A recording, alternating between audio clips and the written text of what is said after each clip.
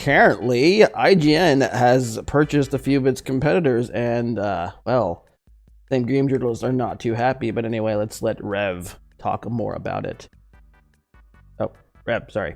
Here. So let's be honest, it is currently a very rough time to be a game journalist between the recent rounds of layoffs and also the fact that they have to pump out 20 to 30 articles a day to earn just enough pennies to justify their existence. Couple all of that with the fact that their most viewed articles are often because people are making fun of how bad they are. They're pretty much monetizing their humiliation fetishes at this point. It is or some of them are flat out lies, leave out a lot of crucial information, you know, stuff like that. A very bleak time and an embarrassing time to be a game journalist. However, there's been some big developments in that realm. So it has been reported that IGN has acquired several of their competitors in a big move here. I'm honestly, I know IGN, or at least I believe IGN is part of some bigger conglomerate, but it's kind of crazy that they got all of these. Jesus. Basically, their attempt to monopolize game journalism as they seek to be the main source of that material, which of course has resulted in more layoffs and journalists losing their jobs, which a lot of people say you reap what you sow. Nobody feels bad for game journalists currently. Their PR is absolutely terrible, whether it's at IGN or any of these other places. They treat everyone, including gamers, for example, very poorly. They have a very poor view of them, and their articles are not good enough to justify their attitude. Now, of course, keeping in mind too, this is an attempt to monopolize game journalism. That should scare you because IGN is already terrible, and now they're absorbing a lot of their competition to basically be this giant monolith of terrible game journalism. That should scare you. Now, before we get into the details of this story, I want to remind you guys, a sponsor of the channel for this month, and someone who will provide some quality content unlike these game journalists. I would hope so. That's right, ladies and gentlemen, the GigaChads at Factor have returned to sponsor this video. Get 50% off your first Factor box and 20% off your next month of orders using my link. Click the link in the description or scan the QR code with your phone. There you go, guys. Factor? It is a trusted meal delivery service featuring a large selection of delicious pre-made meal options for you to enjoy. Look, you're busy. Why spend your free time shopping at the grocery store or cooking complicated recipes that require extensive cleanup afterwards? Get chef-prepared meals on the table in just 2 minutes with Factor's ready-to-eat meals so you can get back to doing things you actually enjoy, like anime girls and /or my videos. That's right, all it takes is the ability to press a few buttons on the microwave and 2 minutes of patience to have delicious meals ready to eat, and trust me when I say I stand by their quality. I also love Factor because they offer not only delicious meals, but also high-protein and diet-conscious meal options for people like me who want to maximize their gains at the gym. Thanks again to Factor for sponsoring this video. Once again, click the link in the description or the pinned comment to get 50% off your first Factor box. And 20% off your next month of orders. Yeah, you kind of need it, Rev. You're built like a little girl. You gotta get some of them gains. Welcome back, guys. So let's get into the details of this recent acquisition from IGN here. So, IGN Entertainment has acquired the Gamer Network family of digital brands for an undisclosed sum of money. As a result of the acquisition, some redundancies have been made across the UK-based organization. Gamer Network's publications are Game Industry Biz, Eurogamer, including 6 local language editions, Rock Paper Shotgun VG247, and Dicebreaker. So basically, they're absorbing some of their competition under their own ownership and likely going to dissolve some of them or greatly influence their activities. And you can see... Oh, well, go back. He didn't... Dicebreaker, the business, also holds shares outside of Xbox Digital Foundry and Hookshot, which operates Nintendo Life, Push Square, Pure Xbox, and Time Extension. Okay. To dissolve some of them or greatly influence their activities. And you can see Eurogamer is one of those that have been acquired by IGN, saying Eurogamer has a new parent company, IGN Entertainment. Now, of course, nobody really feels too badly about anything happening to Eurogamer. In fact, they are one of the main people behind the Sweet Baby Inc. cover-up where they intentionally ignored any of the harassment campaigns launched by Sweet Baby Inc. employees that started. This is Fishing Devs Speak Up in support of consultancy studio. The article fails to mention the backlash was in response to a targeted harassment campaign initiated by Sweet Baby Inc. employees in an attempt to ban both Steam Security Group with the curator's personal Steam account. Of course, they and of course, Lo Ping's little link is referenced. Oh, it's amazing that these people keep fucking lying. The whole recent Gamergate situation, and you can see people in the replies basically making fun of them. This person saying, use me as a dislike button, and getting more likes than Eurogamer's actual tweet here. But moving forward, here's GameIndustry.biz. They're another company that was acquired by IGN in this move. And you can see one of their employees saying, hello folks, I've unfortunately been laid off from GI Biz. I'm open to new work opportunities. If you acquire the skills of an award-winning reporter/journalist with a focus on marginalized voices and B2B writing, please consider me. Yeah, maybe if you would have actually, I don't know, should have ended that sentence with journalist. Maybe some people might have considered it. Jesus, marginalized voice. Every time I see marginalized voices, I think butter. I don't know. You focus on buttery voices? Now, people have been reacting to this because, yes, this is another round of layoffs in the game journalism area.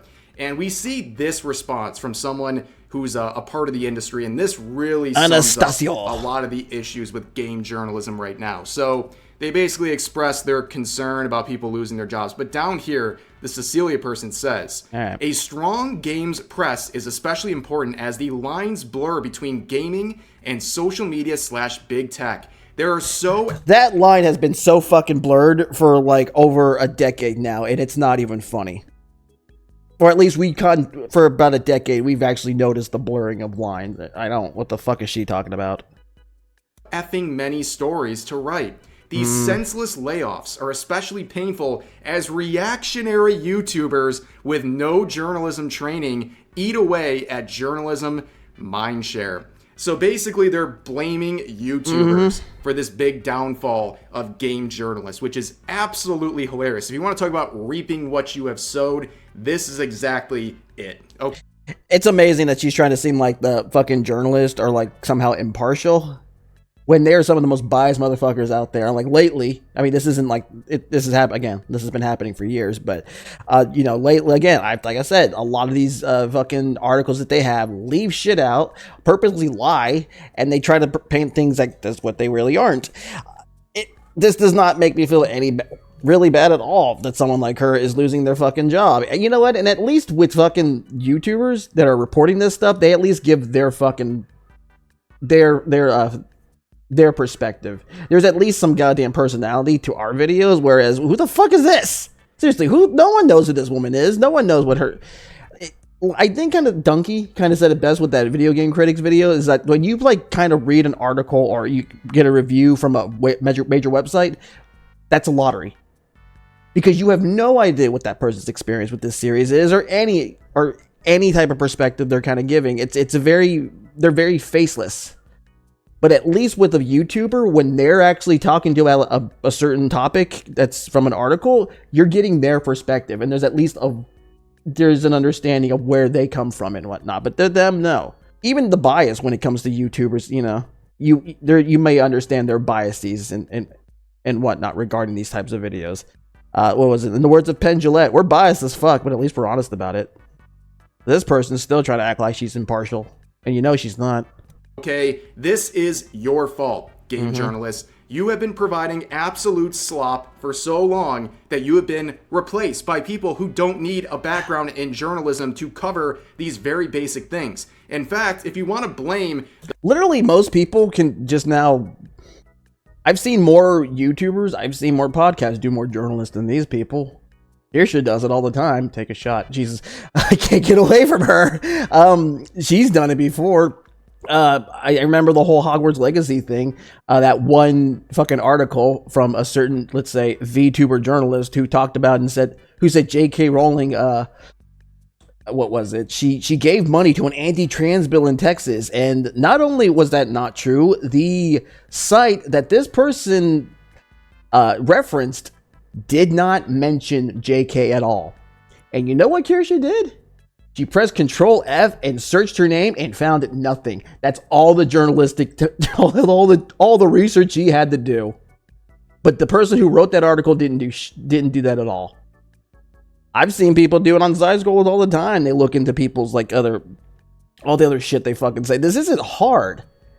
You don't. Game journalism in itself, and journalism, I would say in general, doesn't really need that. At least nowadays, doesn't really need all that much. Really, a college education or any real fucking research, any real formal education anymore. Essentially, since the internet has become such a big bastion of information, you can just look things up. Really, just look up information, verify sources, write. And then write, more or less. Yeah, interviews and whatnot, but it's been a lot easier to a point where you don't really even need to go to college. And I know I'm kind of rambling, but it's ridiculous that this person somehow is like, oh, journalism training. What training? Tell the truth? Do your research? There you go. Boom.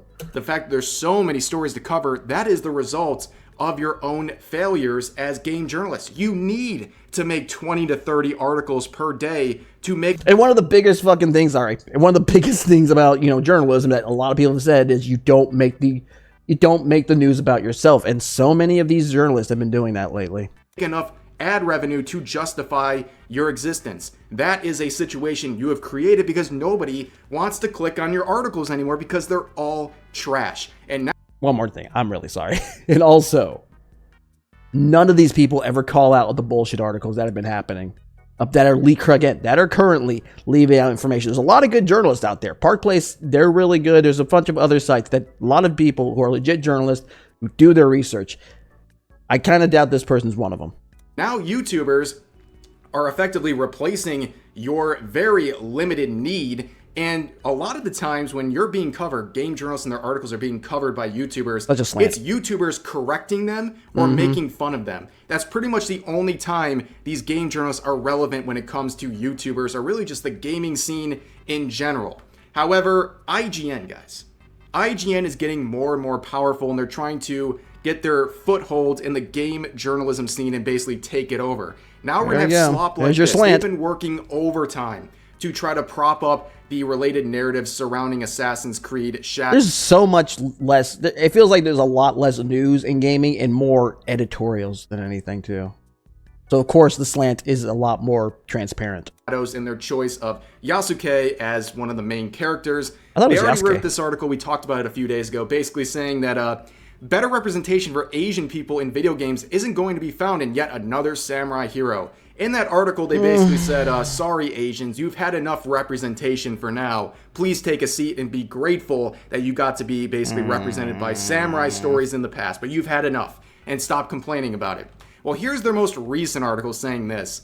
If you're surprised to see an African man in feudal Japan, you may not know his fascinating true story. This is Yasuke, known widely as Japan's first black samurai, Not a samurai. and the real historical person to be playable protagonist in Assassin's Creed. So It's amazing that they keep going back and forth with this. Oh, Assassin's Creed was never accurate. Oh, he's the first samurai. Oh, but it's so fucking dumb. of course, we've Complete. I can't even say. Is it goal? I guess you could call that goalpost. Or moving the goalpost. seen people try to say, oh, Assassin's Creed's not meant to be historical. A lot of game journalists are saying this. And now they're praising Assassin's Creed for having a historical person and then labeling him as a samurai when much of the historical evidence suggests that he was simply a retainer. Now, I've seen a lot of people using various sources to claim that Yasuke is a samurai. This video right here I've been seeing all over the place on Twitter. People are citing this individual as a source that he was a samurai. So here is one of the many tweets sharing that video, and I paused on this section of the video for a reason, as you'll see.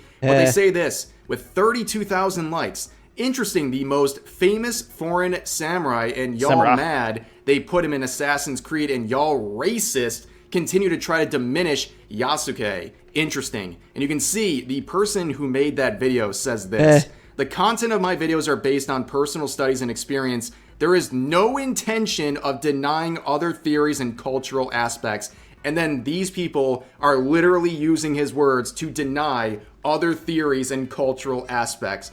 It seems like they only really took the guy's word for it because he's Asian. It sounds even more racist if you ask me. Oh, see, he's wearing I don't know what that is, but he's an Asian guy and he's wearing an Asian outfit. He knows what he's telling the truth. It's literally like fucking going, hey, that guy's wearing a doctor's outfit. He should know about medical stuff. Completely over their head. Now, other people have had comments about the reliability of that video that is being used as a source. You can see Puku here, who is a based goldfish YouTuber from Japan, someone who helped spread some of the awareness of bad English localizations of anime and manga over to Japanese users. They brought that to light, oftentimes using my videos or Asmongold's videos as sources to share the message, which was really cool. But here they are, a Japanese YouTuber sharing their opinion about this source being passed around, saying, he is a former employee of a Japanese restaurant and just a YouTuber. Just because he lives in Kyoto and wears a kimono does not mean that Japanese people endorse his claims. He himself said at the beginning that this was a personal claim. The number of followers cannot be used as evidence. Yes, these people are seeing a Japanese man wearing a kimono and they immediately assume he must be an expert in Japanese I swear I didn't watch this first, but Jesus Christ, that seems even more racist, culture and history, and he is unquestioned. That is absolutely insane. Can you imagine the irony of this situation? They're just seeing a guy wearing a kimono who's Japanese, and they say, well, he must know. And now we're endorsing him as a source, not only to back up our claims, but also to dismiss people's other claims about Yasuke and whether or not he is a samurai. It's absolutely insane. It's like seeing a dude named Kevin from Texas wearing a cowboy hat and going, he must be an expert in American history and culture. Like, it's absolutely insane. But moving forward, we're seeing the kinds of minds behind this entire push, right? So here we have this saying, wow, there's a lot of white people. Awful lot of honkies in here. Of Assassin's Creed Shadows. From the narrative director and lead writer to the level designers, the team embodies diversity, most unexpectedly a group of white Western liberal women who seem to dislike their skin. So here's the team. Nothing sexier than a self-hating white person, right? For Assassin's Creed. Now, there is something very interesting. If you zoom in right here, you get a little guest cameo from who? Oh my god! Ah! Kim Bel-Air. Of course. Now, if you don't know who Kim Bel-Air is, as she literally is hiding in the background of this Assassin's Creed team meetup here, she is the co-founder of Sweet Baby Inc., which is not surprising that she would make an appearance there because Ubisoft is one of the clients of Sweet Baby Inc. And most famously, Kim Bel-Air has said that she wants to encourage people to push for more DEI initiatives in various businesses by threatening people with the terrifying aspects of cancel culture and the consequences they might face by not following through on these initiatives. That is Kim Bel-Air, and she is literally hiding like some kind of a boss in the background, showing that she is directly, I was going to say like, so where's Waldo type of thing, but okay, involved with Assassin's Creed Shadows, which really shouldn't surprise you at this point. However, there's a lot of other very questionable things going on with their team. Once again, reported here saying Assassin's Creed Shadows developer confessed their intention of finding a non-Japanese character to fit the Japanese period. This article is 100% real and came from a now deleted paragraph from Famitsu. Even the Japanese website paid by Ubisoft is doing damage control. Jesus. So when they're talking about their choice of Yasuke, they say, we were first looking for our samurai, someone who could be our non-Japanese eyes, though. I got nothing to say about that. That sounds pretty awful. And really, it's reflected by this tweet made by Mark Kern here saying, why are all you woke white people doing preaching about what Japanese history is? Isn't that like one of your no-go things to do? Which is a very fair statement. In every other context, if a white person comes in and says, no, I know your history better than you do to some foreign person, that would be met with extreme outrage. But in this case, for some reason, it is met with praise and support just because it's targeting Japanese history. That was weird. Something in this background. It's like a buzzing sound. Which once again shows social media's terrible attitude towards Japanese people and Japanese culture as a whole. But for now, that's going to do it for this video. A couple game journalism updates as well as Assassin's Creed updates. But yeah, that's going to do it for this video. Yeah, this really makes me, actually, I got to be honest, I have zero intention. I know there's like a lot of crap with Assassin's Creed, But what the Shadows, I personally, I don't give a shit. I was never a fan of this series. None of this makes me want to get into it at all. Like the one might have even been remotely interested was Assassin's Creed 3 because it was about the American Revolution or centered around the American Revolution, which I do like learning about. But yeah, not only does this not make me completely uninterested. Actually, that's pretty much it. Yeah, I am completely uninterested in this franchise, and the price and that little pricing structure they have makes me even less interested. But yeah. Game journalism as a whole is a shit show.